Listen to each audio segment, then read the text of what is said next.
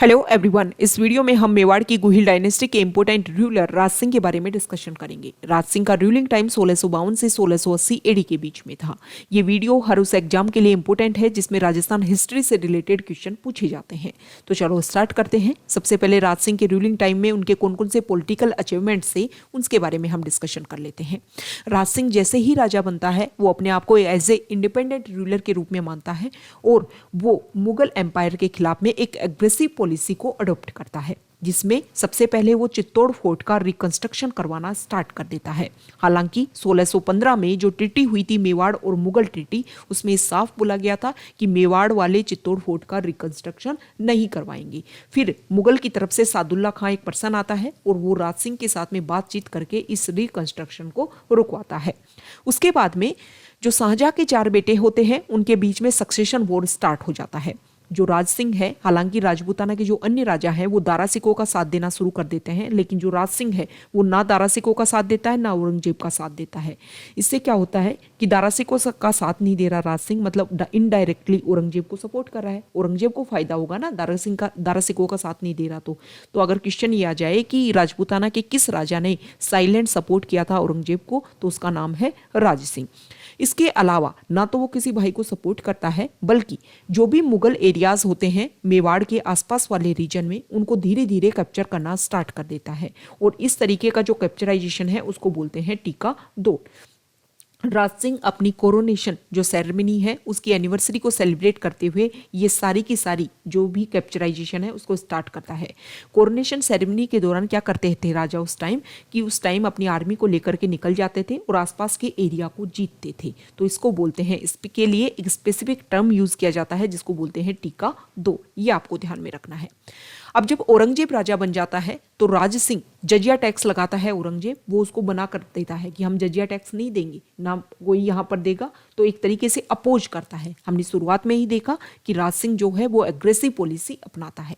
दूसरी बात देखो, मारवाड़ के राजा होते हैं जसवंत सिंह। जो जसवंत सिंह होते हैं उनके रिश्ते और औरंगजेब के रिश्ते कभी भी ज़्यादा सही नहीं होते हैं। जब जसवंत सिंह की डेथ हो जाती है उसके बाद में अजीत सिंह, उनका बेटा, बहुत ही छोटी एज का होता है और औरंगजेब चाहता है कि मारवाड़ का राजा और अजीत सिंह ना बन के अजीत सिंह को मार दिया जाए और मारवाड़ जो है उसको डायरेक्टली मुगल एम्पायर के अंडर कर लिया जाए। लेकिन अजीत सिंह को राजा बनवाने में, जोधपुर का राजा अजीत सिंह को बनवाने में राज सिंह जो है वो बहुत ज़्यादा हेल्प करता है और इसी को बोलते हैं राठौड़ सिसोदिया अलायंस। क्योंकि मेवाड़ में थे सिसोदिया और जोधपुर में रहा करते थे राठौड़, राजा हुआ करते थे, तो इसको बोलते हैं राठौड़ सिसोदिया अलायंस। क्वेश्चन आ जाएगा कि राठौड़ सिसोदिया अलायंस क्या था, तो राज सिंह ने सपोर्ट किया था अजीत सिंह को राजा बनवाने में औरंगजेब के खिलाफ, इसी को बोलते हैं ये अलायंस। नेक्स्ट, औरंगजेब ने ये आदेश निकाला था, ये ऑर्डर निकाला था कि जितने भी हिंदू मंदिर हैं उनको तोड़ दिया जाए। तो राज सिंह ने अपनी तरफ से ऑर्डर पास किया था कि जो भी हिंदू मंदिरों को, देवी देवताओं की मूर्तियों को अगर औरंगजेब तोड़ता है तो कोई भी जो पुजारी है वो मेरे पास आ सकता है, मेरी शेल्टर में आए, मैं उनको शरण दूंगा। ये बोला था उन्होंने। ये सारी बातें हमें शो करती हैं कि मुगल एम्पायर के खिलाफ में उनकी जो पॉलिसी थी वो एक तरीके से एग्रेसिव पॉलिसी थी। इसके अलावा औरंगजेब जो है वो बहुत सारी हिंदू राजकुमारियों के साथ में, हिंदू जो प्रिंसेस थी उनके साथ में शादी कर रहा था, तो उनको भी प्रोटेक्शन का ऑर्डर पास करवाता है राज सिंह कि मैं आपको बचाऊंगा। किनसे? औरंगजेब से। इसी को लेकर के एक इंसिडेंट होता है कि प्रेजेंट टाइम में जो अजमेर है वहाँ पर जो किशनगढ़ जगह है उसके पास में रूपनगढ़ एक छोटा सा राज्य होता है और वहाँ की राजकुमारी होती है चारुमती।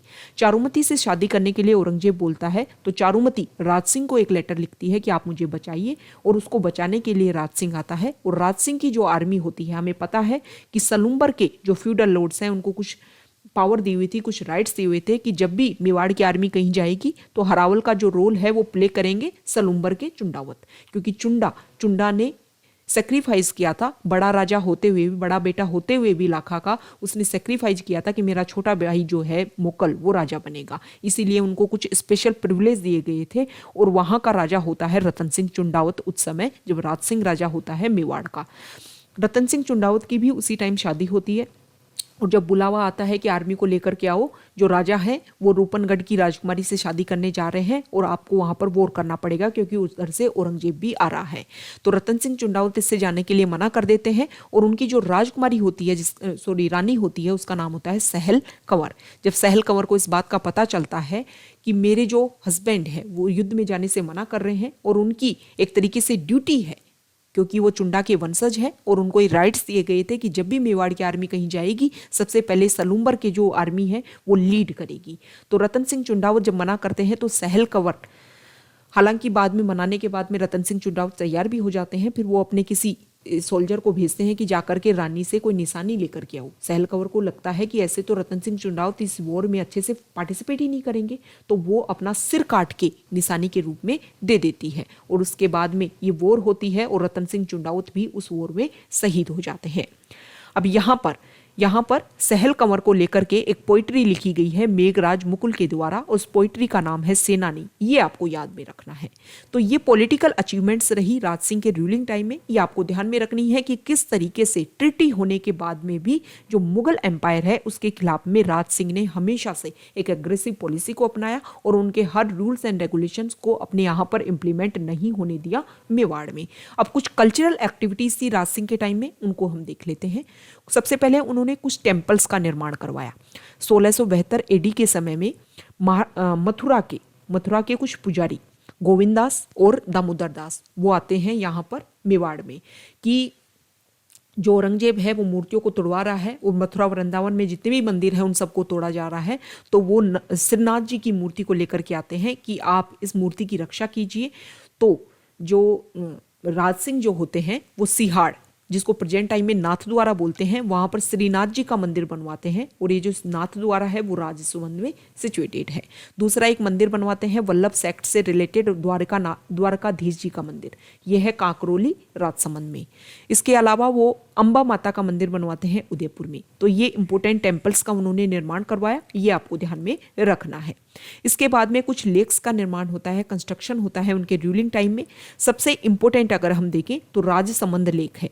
हमारे राजस्थान में जो भी डिस्ट्रिक्ट हैं उनके लेकर के कोई ना कोई जगह है, जैसे कि जयपुर जिला है तो जयपुर को लेकर के कोई ना कोई जगह है, जैसे कोटा जिला है तो कोटा को लेकर के कोई ना कोई जगह है। लेकिन राजसमंद जो जिला है वो राजसमंद मतलब नामक कोई जगह नहीं है। जो राजसमंद जिला है वहां पर राजनगर नाम से एक जगह है, जो राजसमंद नाम है वो वहां पर झील जो है राजसमंद झील उसके नाम पर इस जिले का नाम सिचुएटेड है। तो इससे आप इसकी इंपोर्टेंस लगा सकते हो कि ये लेक कितनी इंपोर्टेंट होगी।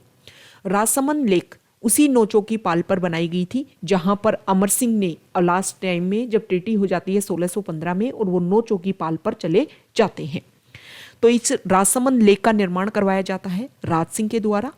इसके अलावा त्रिमुखी एक बावड़ी जिसको स्टेप वेल बोलते हैं उसका उदयपुर में निर्माण करवाती हैं उनकी वाइफ, राज सिंह की वाइफ, और उनकी राज सिंह की जो मदर होती है वो जाना सागर पोंड का निर्माण करवाती हैं उदयपुर में। तो ये इंपॉर्टेंट लेक्स का निर्माण करवाया गया।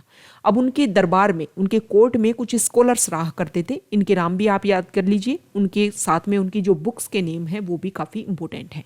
फर्स्ट है किशोर दास, उन्होंने बुक लिखी थी राजप्रकाश। नेक्स्ट है सदाशिव भट्ट, उन्होंने लिखी थी राज रत्नाकर।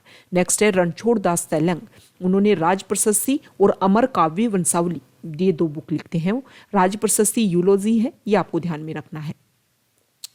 इसके अलावा कविमान, उन्होंने राजविलास बुक लिखी। गिरधर आसिया जो है उन्होंने सगत रासो लिखी, ये महाराणा प्रताप के जो छोटे भाई थे शक्ति सिंह उससे रिलेटेड ये बुक है।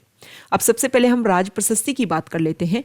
राजसमंद जो लेक है उसके किनारे पर इसको लिखा गया है राज प्रशस्ति को, और राज प्रशस्ति 25 बड़े बड़े पत्थरों के ऊपर लिखी गई है, ये आपको ध्यान में रखना है। और संस्कृत लैंग्वेज में इसको लिखा गया है।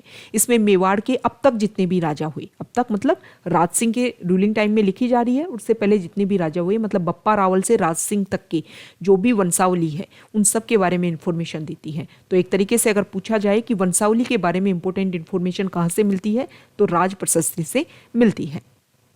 इसके अलावा 1615 में जो मुगल मेवाड़ ट्रीटी हुई उसके बारे में भी ये इंफॉर्मेशन प्रोवाइड करती है राज प्रशस्ति। इसके अलावा प्रताप का जो छोटा भाई शक्ति सिंह उसके बारे में भी डिटेल्स प्रोवाइड करवाती है। और राजसमंद जो लेक बनवाई गई उसके बारे में भी इम्पोर्टेंट इन्फॉर्मेशन देती है कि राजसमंद जो मेवाड़ जो इलाका है वहाँ पर 1662 से 1676 के टाइम में जब यहाँ पर बहुत बड़ा फेमाइन गिरा हुआ था, उस समय राजा ने ये डिसाइड किया था कि जो भी लोग जिनको भी काम चाहिए वो यहाँ पर आकर के इस लेक को खुदवाने में हेल्प कर सकते हैं और बदले में शाम को उनको अनाज दिया जाएगा। मतलब काम के बदले में अनाज। प्रेजेंट टाइम में जो मनरेगा चल रहा है ना, काम के बदले में जो आपको पैसा मिलता है, उसी तरीके का देखो उस टाइम भी राज सिंह ने इस तरीके के काम स्टार्ट कर दिए थे। तो ये राज सिंह के राज प्रशस्ति के बारे में बेसिक फैक्ट्स हमने देखे। अमर काव्य वंशावली जो है वो हमें पता है रणछोड़दास तैलंग ने लिखी है और इसमें भी प्रताप का जो छोटा भाई है शक्ति सिंह और प्रताप का जो घोड़ा है चेतक, उसके बारे में इंफॉर्मेशन मिलती है। इसके बाद में राज सिंह के कुछ टाइटल्स हैं वो आप देख लीजिए। एक तो फर्स्ट है विजय कटकाटू और सेकंड है हाइड्रोलिक रूलर। ये इंपॉर्टेंट है, इनको लेकर के क्वेश्चन डायरेक्ट पूछ लिया जाता है कि ये किसकी टाइटल्स हैं। तो ये हमने राज सिंह के बारे में बेसिक फैक्ट्स देखे। अगर आप यहाँ तक आए हो और अगर आपको वीडियो अच्छा लगा है तो वीडियो को प्लीज़ लाइक कीजिए, शेयर कीजिए और चैनल को सब्सक्राइब कीजिए। Okay, thank you.